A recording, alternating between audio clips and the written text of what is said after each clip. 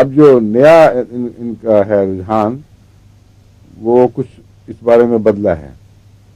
پہلے یہ کہا کرتے تھے کہ بلڈ پریشر کی وجہ زیادہ نمک کھانا بھی ہے. اب جو لیٹسٹ تحقیق ہوئی ہے اس سے پتہ چلا ہے کہ یہ غلط ہے.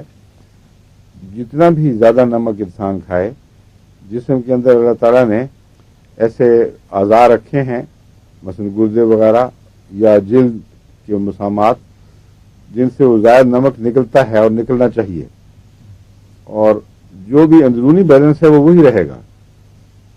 بلڈ پریشر اگر کسی کا کسی اور بیماری سے زیادہ ہو تو پھر نمک کھانے سے اس کو مزید ایک اور اوپر کی طرف دھکا ملتا ہے. اس لیے وڈرا کروانا چاہیے. لیکن نمک بذات خود بلڈ پریشر کی یا اس کے الیکٹرولائٹ میں اس کا بیلنس بگڑنے کی وجہ نہیں ہے.